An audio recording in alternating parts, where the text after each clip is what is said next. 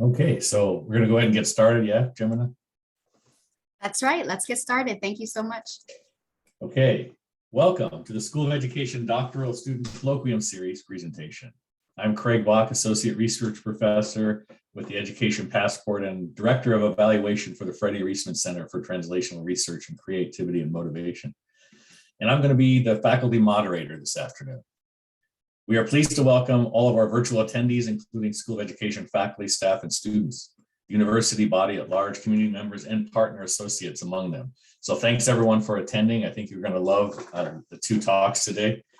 I'm looking forward to them myself. The Doctoral Student Colloquium series offers School of Education doctoral students an opportunity to share their original research and learn from their peers, faculty, and staff. Each month, one EDD or one PhD student presents, one PhD student presents their research at the colloquium, which is normally offered both on campus at Drexel and online through Zoom. However, due to COVID, all colloquium events for this calendar year will be held virtually through Zoom. These sessions help doctoral students to connect with each other and develop a peer community that is invaluable in supporting their journeys in the program. Each doctoral student presenter is also asked to write a research brief that relates to his or her presentation, which is then included in an edited publication titled Doctoral Student Research Briefs. Published on the School of Education's website, the research brief is a way to disseminate our doctoral students' research as shared in a colloquium in a concise format with relevance to education. Each presenter will be provided 20 minutes to share his or her research. We will then move on to questions and answers following each presentation. Please save your questions for the end. You are welcome to type your questions in the chat area of Zoom or use your mic to ask the question. And Gemini and I will be coordinating that as we move forward. So without further ado, our first speaker is Turea Hudson. Turea is a second-year student in the Drexel University PhD program studying educational leadership and policy. She currently serves as the co-editor of the Emerging Voices in Education Journal and the AERA Division G Graduate Student Executive Committee. She is a cum laude and Distinguished Dean's List graduate of Arcata University, where she received her BA in elementary education and her MED in literacy studies and TESOL. Social justice and equity were a primary focus of Hudson's undergraduate and graduate studies, and she spent much of her time researching ways to make schools a more equitable space for marginalized students to learn. Hudson's interest in education policy led her to run for the school board in her hometown. She served for 7 years. She served as president of the board for 3 years.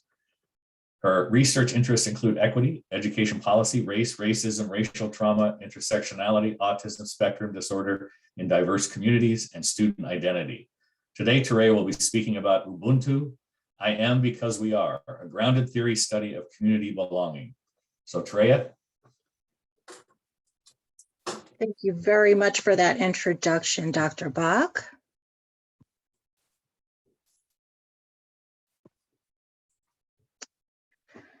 As mentioned, my name is Turea Hudson. I'm a second-year student at the Drexel University School of Education, and my presentation is entitled Ubuntu, I Am Because We Are, a grounded theory study of community belonging. So some introduction and background to this study. This study was motivated by an existing study, a participatory action research study around community dialogues that had to do with race and racism within a community.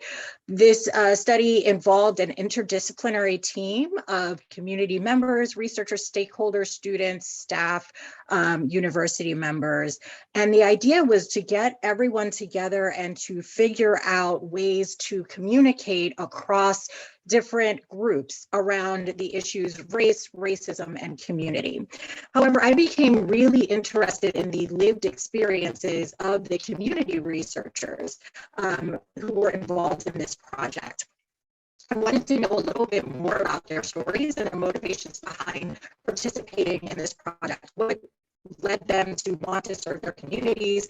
How did they decide that this was a good fit for them? In what ways did they feel as though this was a calling? All of those things really interested me. So I recognized that the community researchers were going out and collecting this data, but we hadn't really asked them the questions. So I was able to take the semi-structured interviews that the community researchers were participating in and use those interviews to learn a little bit more about them and their motivations. So the purpose and the aim of this research was really to explore the lived experiences, particularly of the Black American community researchers and the stakeholders that were involved in this participatory action research project. And I really wanted to figure out how those lived experiences influenced the community work and the way that they participated in their communities and helped other people.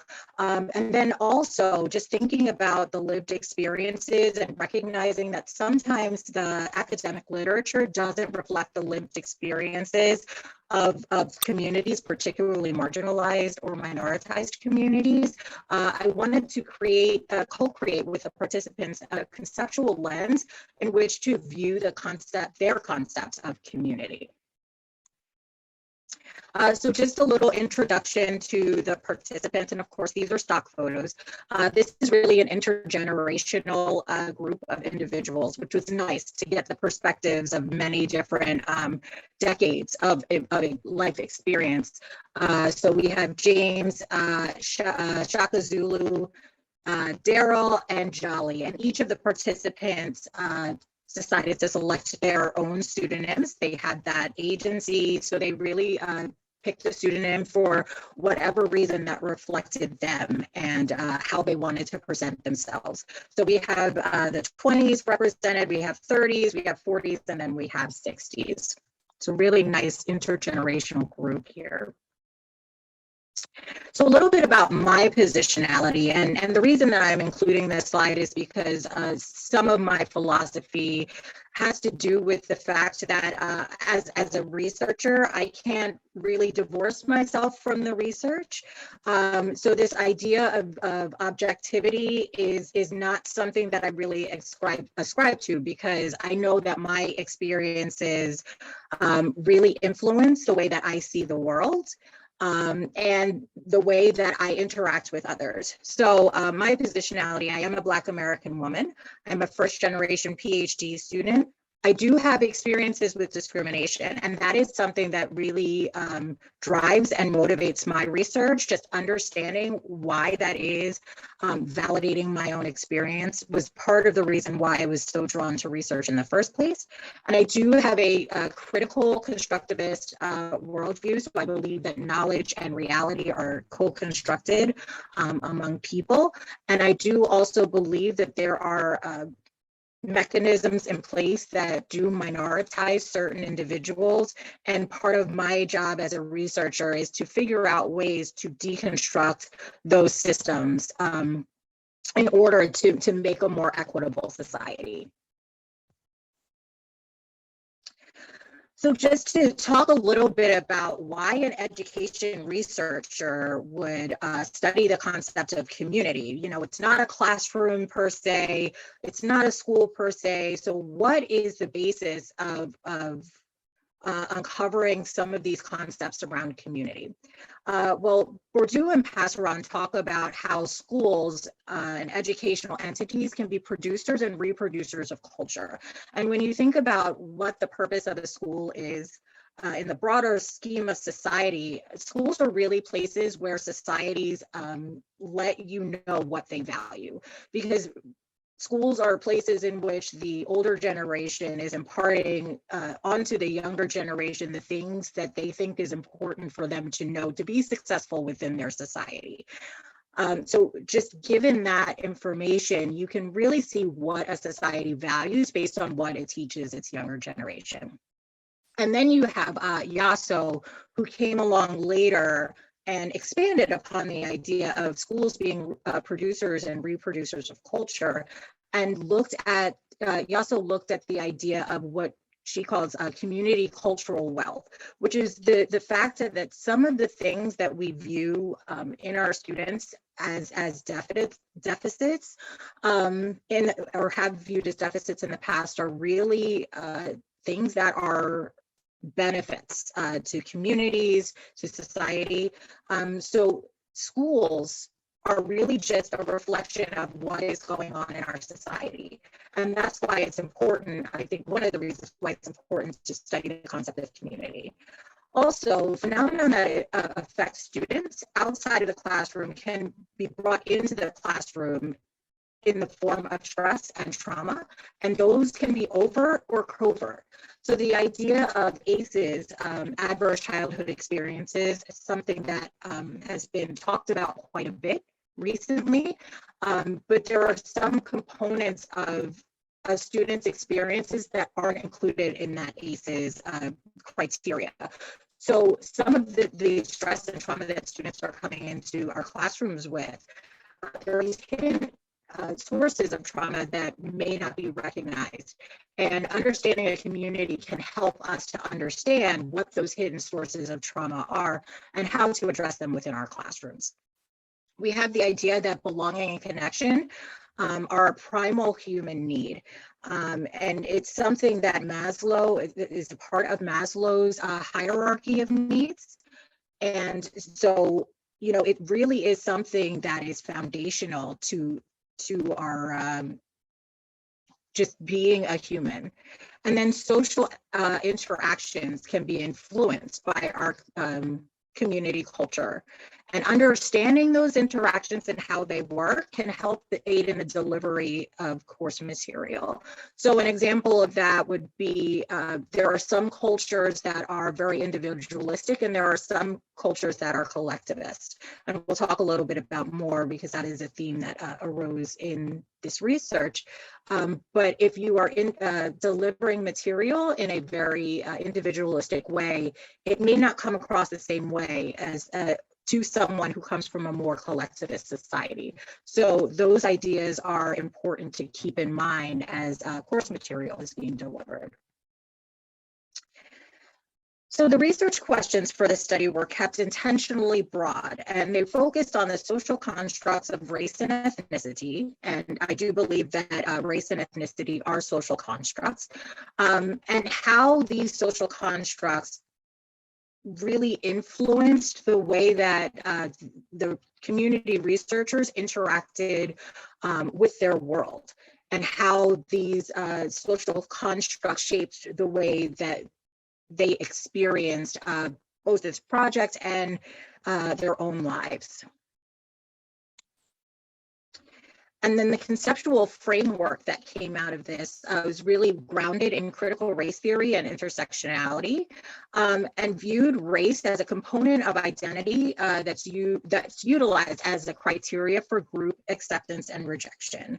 That can also include gender. Gender is another social construct that can be used as a criteria for acceptance or rejection. This study really focuses on race. And so you see it branches off into the right into two sections. So we have symbolic racism, which is an example of how race is used. The social construct of race is used as a criteria for rejection.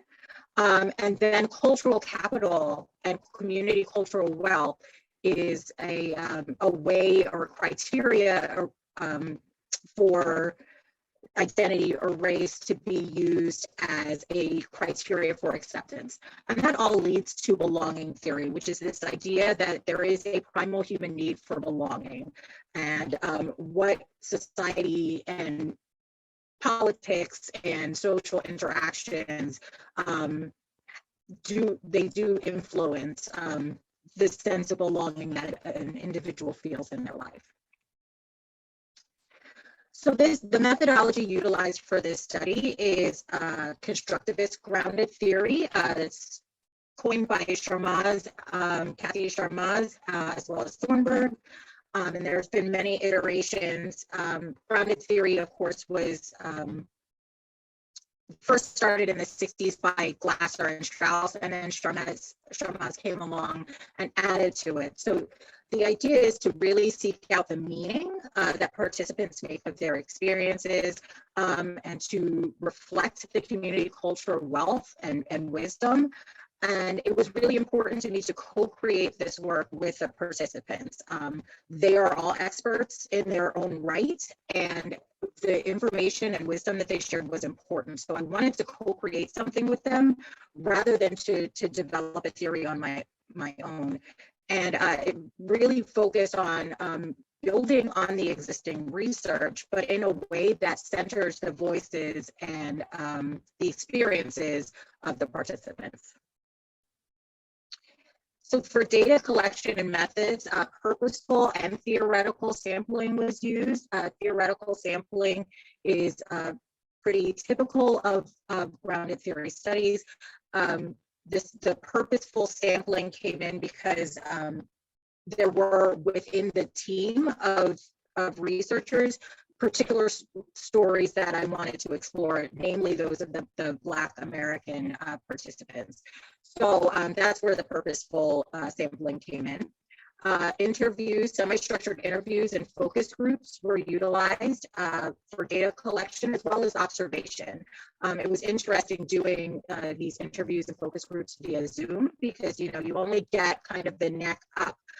So a lot of body language is missed sometimes. So it was interesting to find different ways, focusing on voice intonation or pauses to really glean a full perspective of what, our participants were trying to share. The data analysis process followed Sharmaz's data analysis as well, with initial coding, where individual words, phrases were pulled out that invoked meaning, and then the intermediate coding stage where everything was categorized into specific categories, and then the advanced coding, which really got into that theoretical idea of trying to build a larger theory and get everything to fall under one umbrella.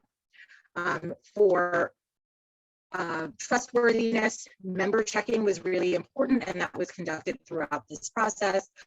Data collecting and analysis in tandem with other researchers, and then asking the advice of other researchers and the idea of reflexivity. For ethical considerations, pseudonyms were used. There were no mentions of location or identifying information, and institutional review board approval was sought for this project. One of the interesting things about the way that this study was structured was that the literature review, I completed the literature review after the data analysis was completed. That's not typical, but the idea was that I really wanted the data collection and analysis to drive the study as opposed to the existing literature. Glasser and Strauss do talk about at times using the literature review or gathering literature after the data collection and analysis process. So there is a little bit of a precedent for that. But the purpose of the literature was more to support the what was provided by the participants as opposed to what the literature, the academic literature said. So again, just highlighting this innate desire for belonging, the social and political implications of belonging and how those were socially constructed, intergroup rejection or racism and discrimination. And a surprising theme that came out of this research was the idea of intragroup rejection and the utilization of the criteria that we discussed before, whether it's race or gender, really being used within a group as a form of rejection, which was very interesting. So one of the major themes that came out of the research as we think about the discussion and findings is the idea of collectivism and shared responsibility. So this is really the bread and butter of the study and where the title came from. So Shaka Zulu talked about this idea of Ubuntu. I am because we are. And the idea that we're all part of this system, this co-construction of reality, of the way that we move throughout the world. and that the system can't function without you. So this really motivated a lot of what the community researchers did, experienced, and it influenced the way that they participated in this study. Again, the idea of intragroup rejection. So James, who is young and a Black American and in their 20s, talks about the idea of what Blackness looks like and how within groups that had become a challenge for him. And he speaks with actually a lot of pain about how disappointing it is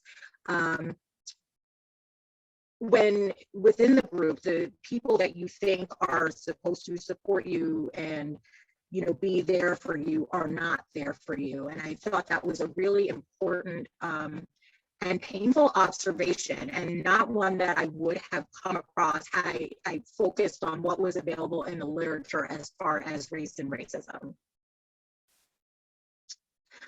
Jolly, who is in her 60s, mentioned the same thing. She talked about an experience where she was in college and having other African-American students treat her differently because of the way that she spoke or the books that she read or the content that she consumed. And she talks about her rejection in that way as well, as a very painful part of her experience.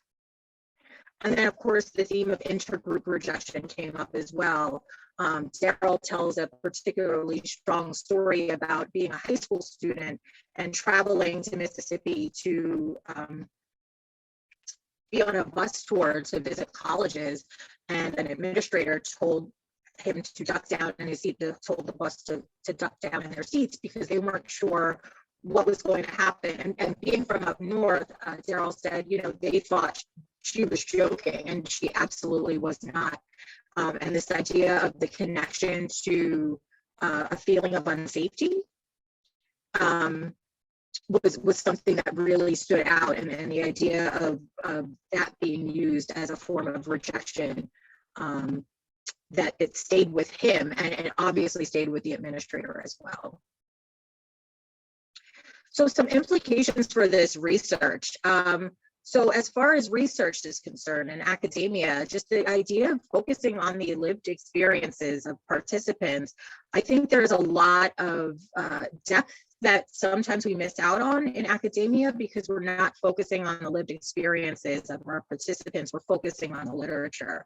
So deconstructing this epistemological discrimination that we sometimes have, and looking out into the world for expertise, and then co-creating research with communities is very important because you can glean a lot of information that way.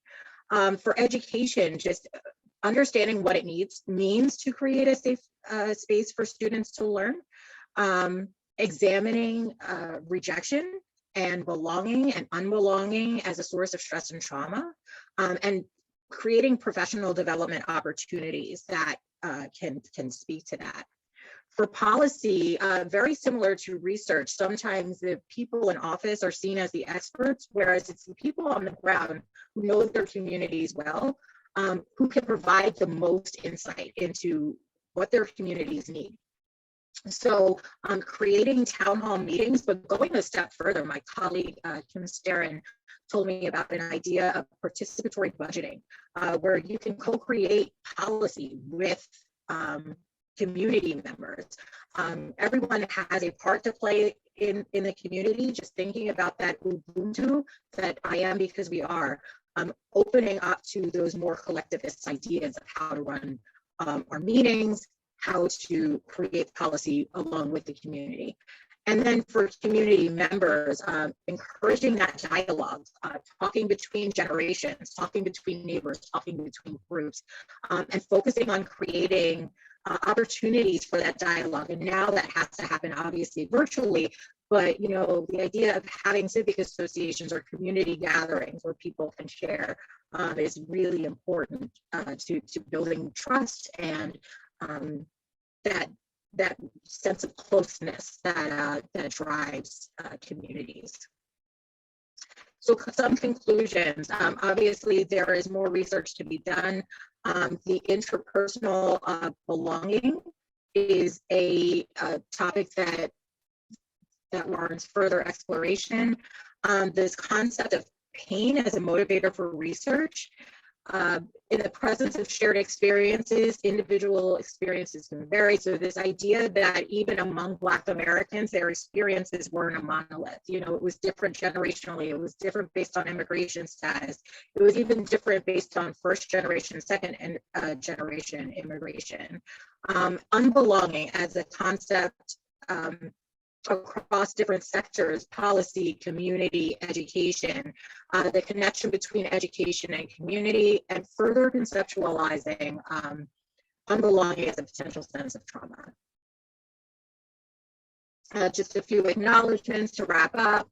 I just thank the people who is particularly my colleague, Karina Escalante, who was my co-researcher on this project and sat with me and did the interviews with me in tandem so that we could make sure that the coding and the data collection piece was reflective of the participant experiences, my participants, my family, my supervising professor, and my sisters in scholarship cohort 7 who have just provided a great amount of support throughout this journey.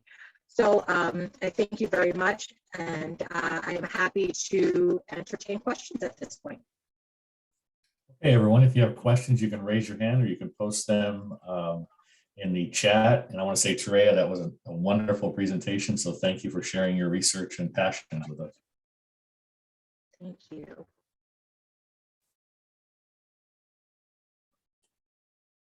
Do we have any questions? You're getting lots of great comments. You're not reading them. Isaiah, do you have a question?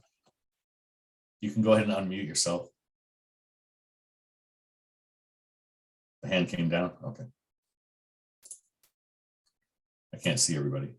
Gemina, do you see anyone with questions? Not at the moment, but if you do have questions, feel free to enter them in the chat, or you can unmute your mic and ask a question. I have a question for Turea. This is Joy Phillips. You mentioned about not doing the lit review until after you collected your data. Did you find when you looked at the literature that other grounded theory studies did do the lit review first? So I found a little bit of both, and I know this is kind of a point of contention among scholars. There are a lot of, and I would venture to say most grounded theory studies that I've read have done the literature review first. However, I thought it was really important just in keeping with understanding what the participants were going through, to really use the literature review to bolster what their experiences were and support their experiences as opposed to lead a certain line of questioning. So yes, I do think that there are a handful of studies that do the literature review later, yes, but most of the studies that I've read have done it first. So Trey, we have a question in the chat from Harriet. Did you find intra or intergroup rejection most profound and worthy of further research? Definitely the intra-group rejection. There were some moments where it was the pain was palpable for individuals, and as I looked at the literature afterwards, there were very few studies that focused on what it looked like for people of a certain group to be rejected by members of that same group. So I think that just given the idea of collectivism, the idea of safety that we get from within our group, having that rejection is a little more powerful and profound than the intergroup rejection. So I definitely want to explore the intra-group rejection a little bit more. I have a quick question, Turea, if you don't mind. Sure, Did absolutely. you find that during the pandemic, the lack of social connection, interaction has caused so much psychological stress on almost everyone, especially younger folks? Did you find that that sort of impacted your considerations or what you're looking at with the concept of belonging? So yes, I think, well, from a research standpoint, it changes the way we do research. Qualitative researchers are so attuned with body language and things like that. So it did shift kind of the way that I thought about interviewing, the way I thought about observation. But also, yes, the idea that we are such a communal, species. And the idea that we have been so isolated, it definitely drove the research and helped me to kind of shape my questions and how this looks. So I'm really interested, especially now as we're navigating this time of this different sense of interacting with one another, how that plays a role in this sense of belonging. Okay, we have one more question from Isaiah. How did you account for your lived experience? We just moved. How did you account for your lived experience bias during the research? How did you try to reduce impact or influence of your bias when analyzing your data? Yes, that's a great question. So I don't think that I think one of my philosophies is that there is no way that I can divorce myself from my own experiences, right? That's going to come through because just the way that I think about knowledge and the way that I think about reality.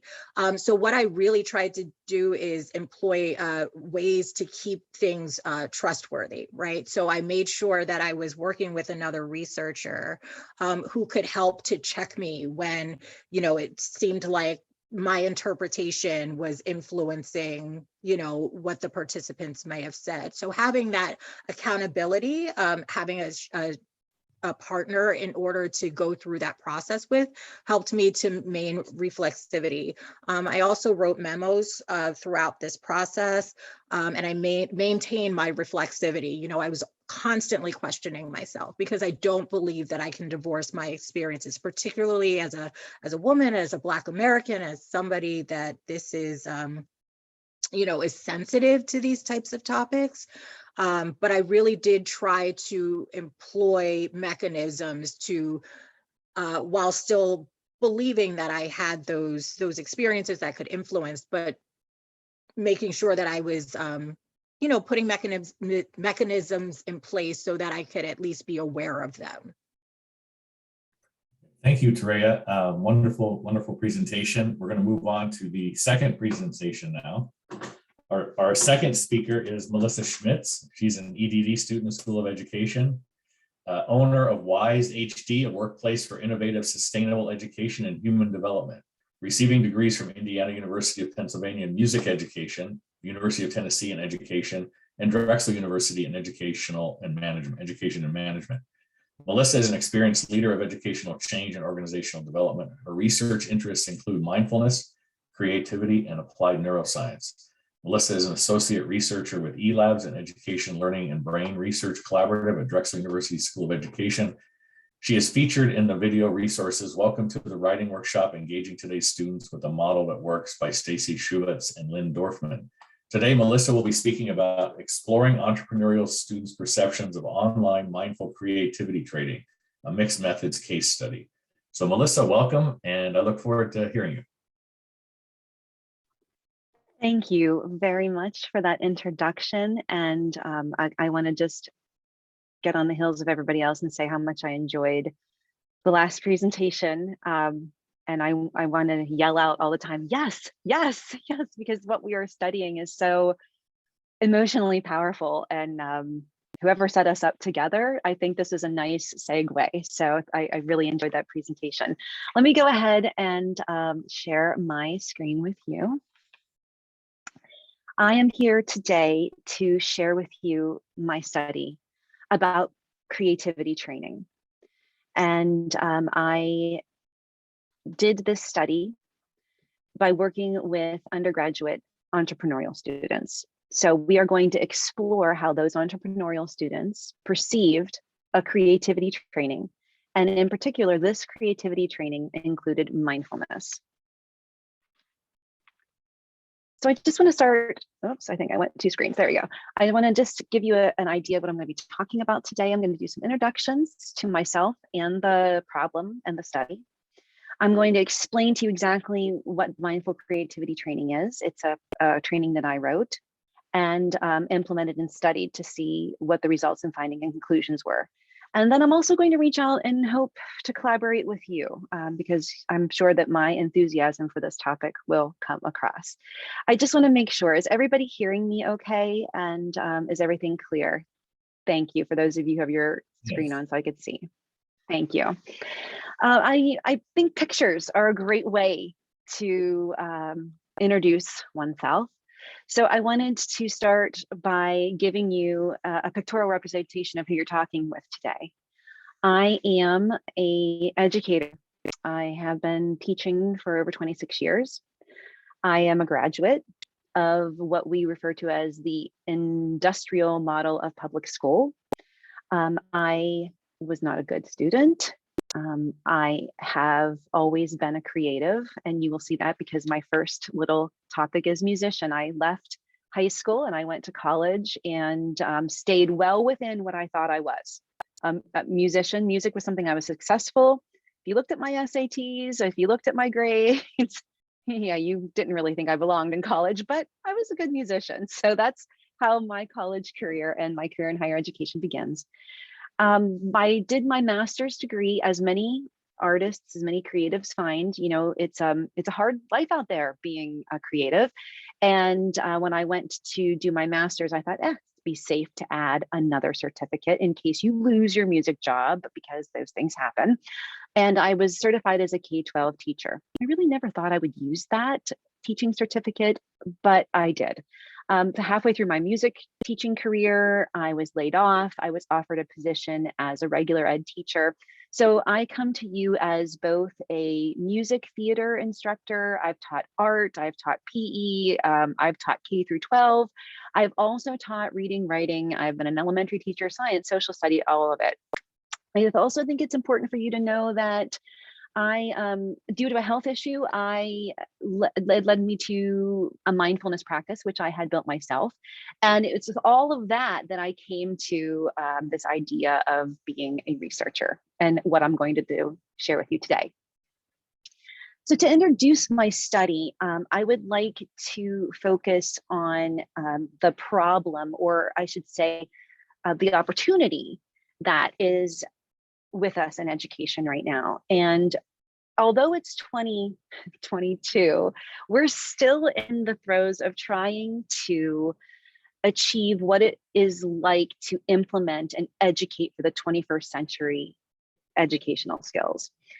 And the problem that I was addressing is, geez, we know we want to educate for these 21st century skills, but the reality on the ground is educational organizations, K through 12, undergraduate, graduate, they're all struggling to develop, promote, and support creativity training programs. And there's many reasons for this.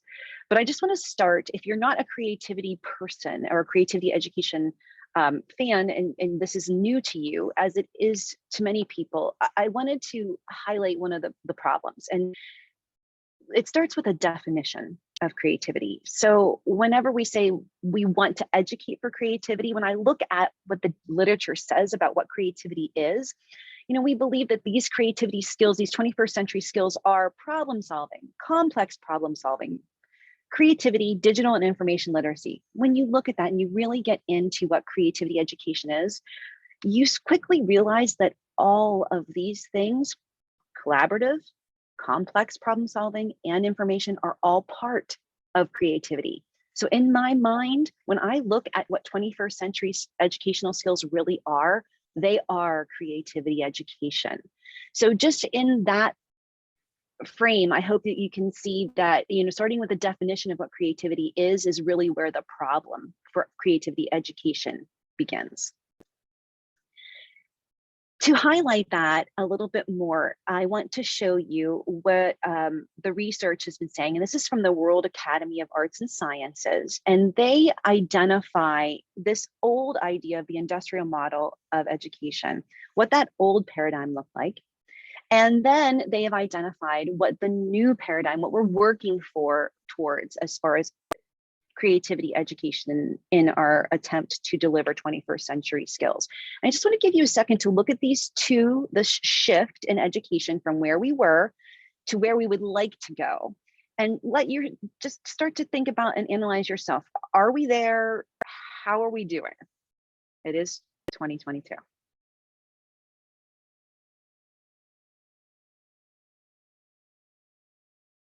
It won't take you long to get through the list and be like, yeah, we really want to do these things, but these are really hard right now in education, and not just because of COVID. They were hard before COVID.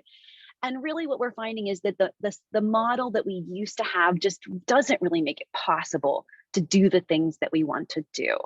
And the reason for that is because it's a belief, right? A paradigm is a belief. We believe education is one thing, and now we're trying to bring everybody along to believe education is something different, and that means big change.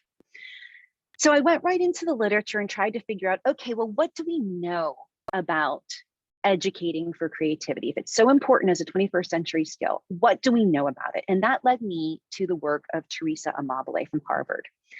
And what Teresa has been doing is she's been studying this from the 80s, and she has really put a dynamic model of creativity together that basically says this. There are three pieces to individual creativity. There's motivation, there's skills, and there's the creative process. And when you educate for these three things, you will boost the creativity of the individual. And this is significant because when you boost the creativity of the individual, it boosts the creativity of the organization, which feeds the individual. And then you have this sustainable mechanism of creativity education. And you also have the end goal, which education is for, to innovate, to change, to grow, to make life better for us. So my question was, well, okay, if these are the three pieces that we need for training and educating creativity, what does that actually mean in the classroom? How do we educate for motivation? How do we educate for the skills and of creativity and the creative process?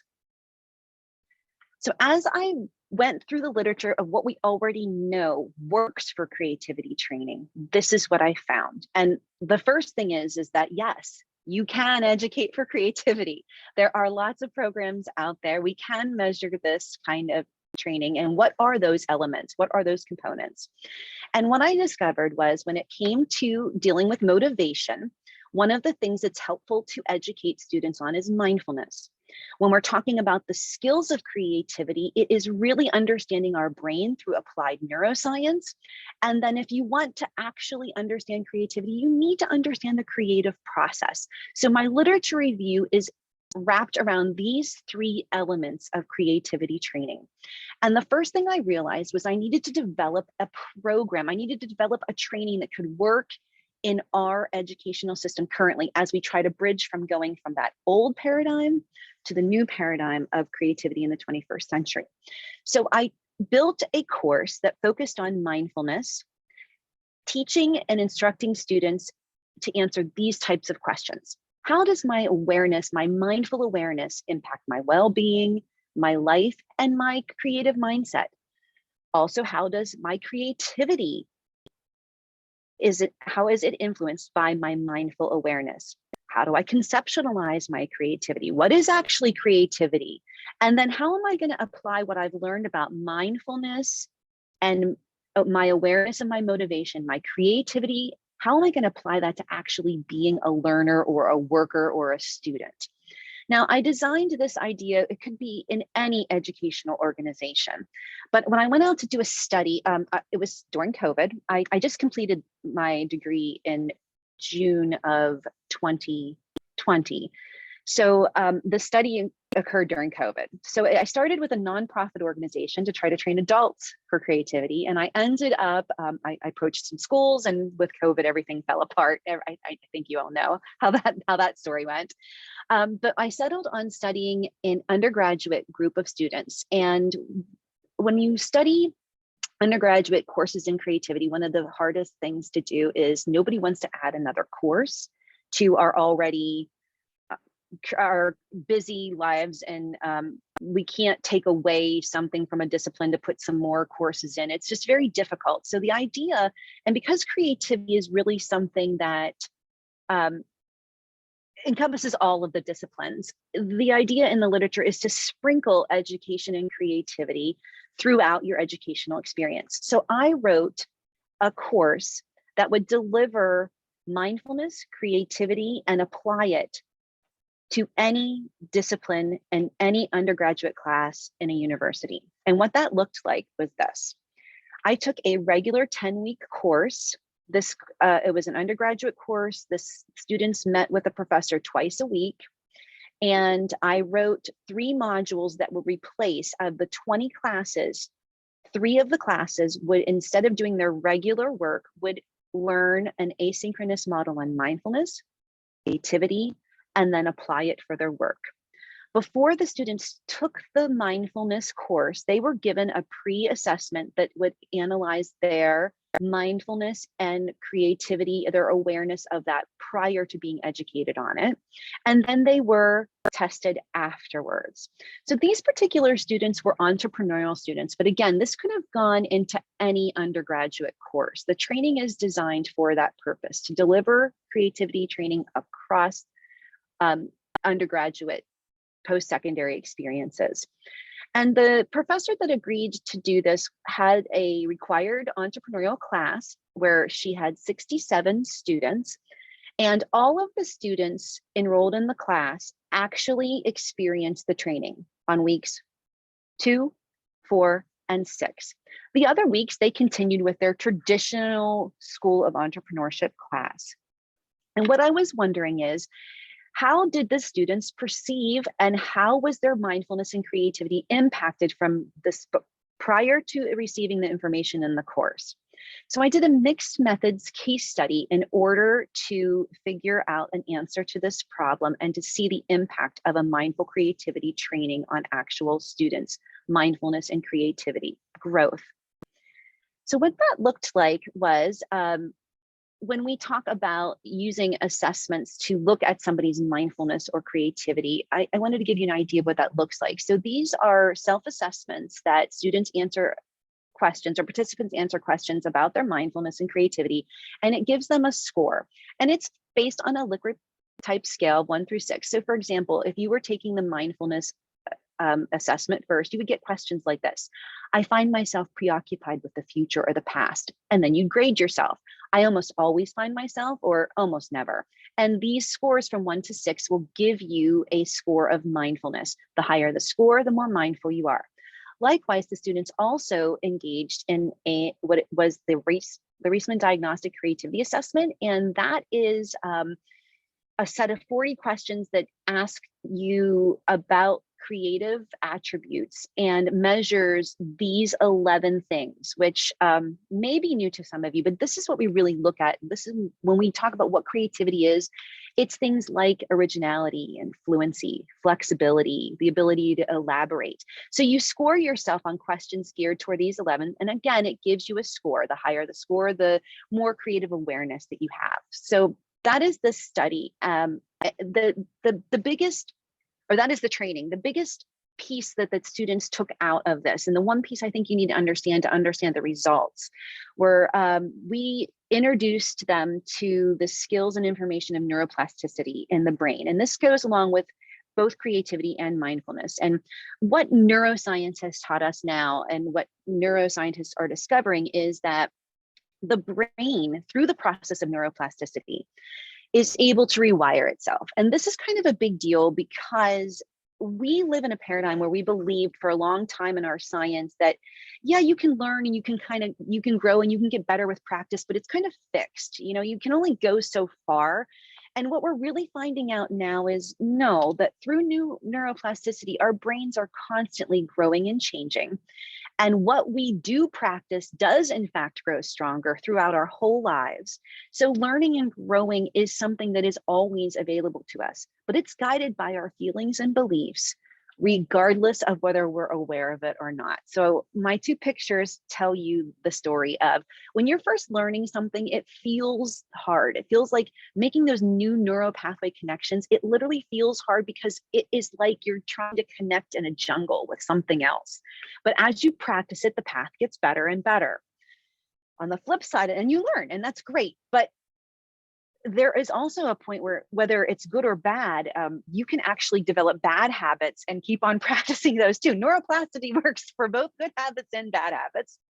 And the more you practice habits, whether you're aware of them or not, they can get really entrenched. And the bottom one shows you what it looks like after you've practiced something, for a long time. You don't even think about it. You're just doing it. And I always like to use the idea of a temper tantrum with somebody who throws a lot of temper tantrums. We consider that a bad habit. But after you do it so much, by the time you're 10 or 15, if temper tantrums are what you threw, then that's a big pathway. Neuroplasticity, you are good at that. It's a super highway in your brain. So if you practice piano, like I did as a child, those pathways also got really big. So it works for both the good habits and the bad habits of our life. So the idea is that through a mindful awareness, through being aware of the knowledge, you can actually be intentional about rewiring your brain with practice. So that's the neuroscience behind this. So what it actually looks like in practice, and this is one particular student who went through the course. So you can see participant Dawn took her pre-survey about her mindfulness and she scored 53 out of 90. She took the mindful creativity training and then she took the mindfulness survey again, and you can see an increase in her score. Likewise, she was surveyed on her creativity awareness, and this was the initial score. The post-survey delivered this score. This research study, although I only had 11 participants in it, 100% of the kiddos experienced growth in their mindfulness and in their creativity through these two assessments. The students were also asked to reflect in writing after they learned about mindfulness, creativity, and then they were actually tasked with making something creative to metaphorically represent their growth in mindfulness and creativity. Dawn created this collage. She wrote about the collage. And all of the participants' reflections sounded something like this. And I wanted to just give you a quote. So Dawn says about her learning of mindfulness and creativity through this training. I've never been this relaxed during a term since I started my school career. I am bettering myself every day with these assessments and other material. And it makes me feel good to see those results. And for once, enjoy the fact that I'm learning new things. So it was these kind of reflections about what the students were learning about mindfulness and creativity that I was able to analyze. And when I did, I noticed 6 overarching themes. All of the participants, and this is 100% of the participants, every one of them experienced a change in awareness, greater confidence and motivation towards creativity, an acknowledgement of their creative strengths and weaknesses, a feeling of internal and external balance resulting from what they knew about their mindfulness and creativity, indicated how they changed their behavior and felt that this growth was sustainable in the future, and that gave them a sense of control over their own creativity. So this was the kind of phrases, and I used in vivo coding. You bracket yourself. I know I'm a creative. I know I'm passionate about this. You really want the data to speak. So these were actual phrases that I pulled out to give you an example of what the students were saying after they experienced the module on mindfulness. Again, this is the same themes showing how they described these changes after receiving the module on creativity. And then finally, after they completed the last module,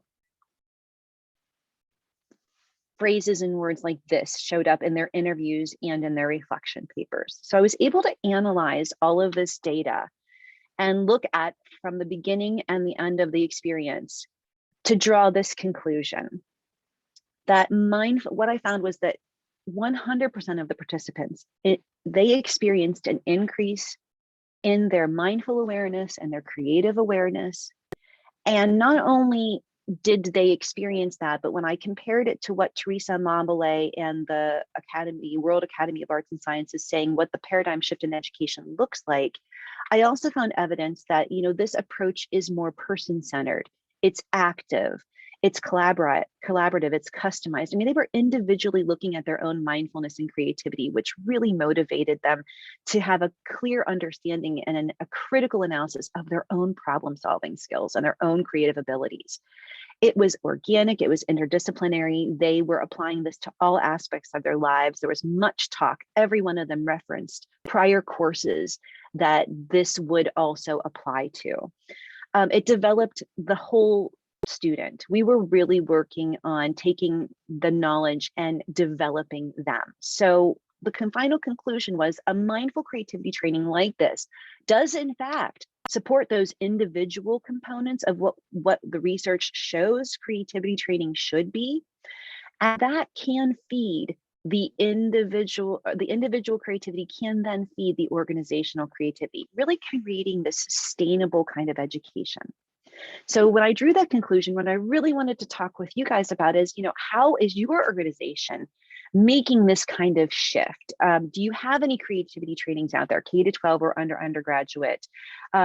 How is the educational paradigms changing in your organizations? And the kind of the elephant in the room, though, is when you get into creativity and mindfulness, there is that spiritual aspect, and navigating that is also a challenge.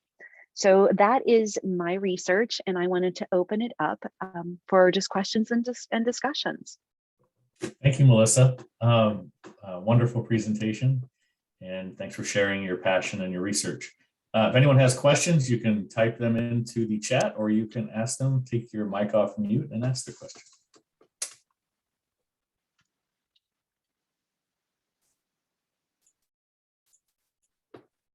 Any questions?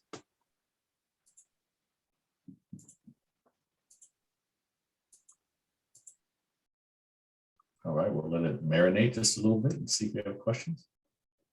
I see that there's one in the, we got a couple in the chat box just popped in. Did anything surprise you? Yes. When you do this kind of stuff and you write this kind of curriculum, when you study mindfulness and creativity, this is personal stuff. And as we saw from the last presentation, society decides what's creative.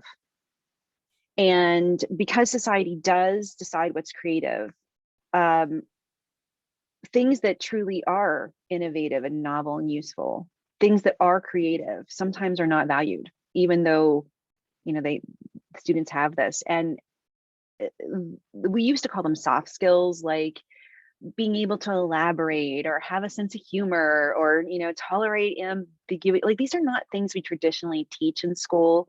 And just seeing the students' reaction to learning about things that they didn't really think were important about themselves, they found out that this is fundamental to them being a creative, innovative being. And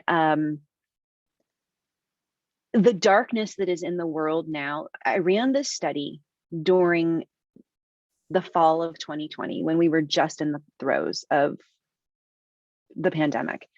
And a lot of these students went from, I don't know if I'm going to be able to stay in school, by engaging in this kind of study of mindfulness and their own creativity and their own ability to solve problems.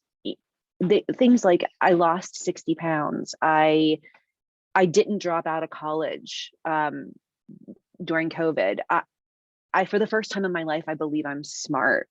Like, these were things that I felt when I discovered creativity myself. But to hear 18, 19, 20, 21-year-old future of our world just talk about how emotionally, they didn't feel that they were good enough or smart enough, and that this really gave them a path forward, was very surprising, just how deeply this kind of training hits an individual. So Melissa, we have just about a minute left, but we have two questions I think we can get to. One is from Isaiah. Did you come across multiple intelligence theory during your research? If so, what are your thoughts on the theory of multiple intelligence and its influence on creativity? Yeah, I did, absolutely. And I can say this, Howard Gardner's work is misunderstood. When we take these learning styles, this is not what Howard Gardner meant, in my opinion. He was identifying the creative attributes that we need to be creative problem solvers. And quite honestly, I believe that's everything from what am I going to have to breakfast to how am I going to find world peace? I mean, our creativity drives our society, it drives our innovations, it drives all of us. And I believe that Howard Gardner was trying to help us identify those attributes and how we might educate for those. It was never meant to be, oh, I'm a kinesthetic learner, so I got to move to learn. No, that's one way we all learn. So yeah, I definitely came across it. And I think that's, to me, it's one of those, what we call neuro myths, those things that are like, ooh, we kind of use them wrong. And this is what happens when you deliver information to teachers outside of context and don't really apply it and get behind it. You just throw something out there, and before you know it, everybody was trying to make, oh, I'm this kind of learner, I'm that kind of learner. And I don't think that's what Howard Gardner meant for us to understand through that. So yes, I came across it and kind of saw how those misunderstandings have led to it being harder for us to come up with creativity education. Okay, thank you, Melissa. We have one more question. We have two more, but we'll do one here, and then I'll have you maybe send an email out. I'll ask Jim on how best to handle that. This is from Lenny. Do you think the age or generation of the participants influenced or impacted the study in any way? Yeah, I mean, it definitely did, because even though we know that, mindfulness and creativity and these neuroscience skills are what we need to train, when you're doing it for somebody in that age group, it looks very different than if you're doing it through, for K-12. So in that aspect, it did. But the one thing that came across is that all of these participants were like, I could have used this a lot earlier in my training. Like, why am I just getting to college now and you're telling me this?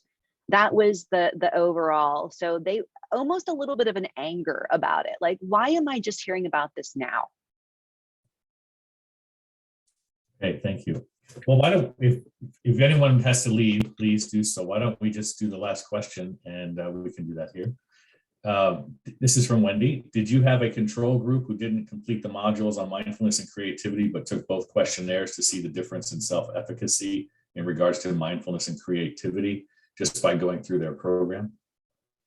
Great suggestion, great idea, and definitely where future studies need to go. No, I did not. All students, for this particular study, all students received the training. So it definitely, future studies, and one of the things I advocated for at the end of my results were, yes, let's do this and let's look at comparing those who get that and those who do not. So Melissa, thank you. Wonderful presentation. I look forward to hearing more about both of your research projects as you move them forward. I would like to thank our presenters, Turea and Melissa, for presenting today. I would like to thank all of you for attending the Colloquium event series. The next Colloquium event will be Friday, February 4th from 12 to 1. So I'll see you there. Take care, everyone. Have a great weekend.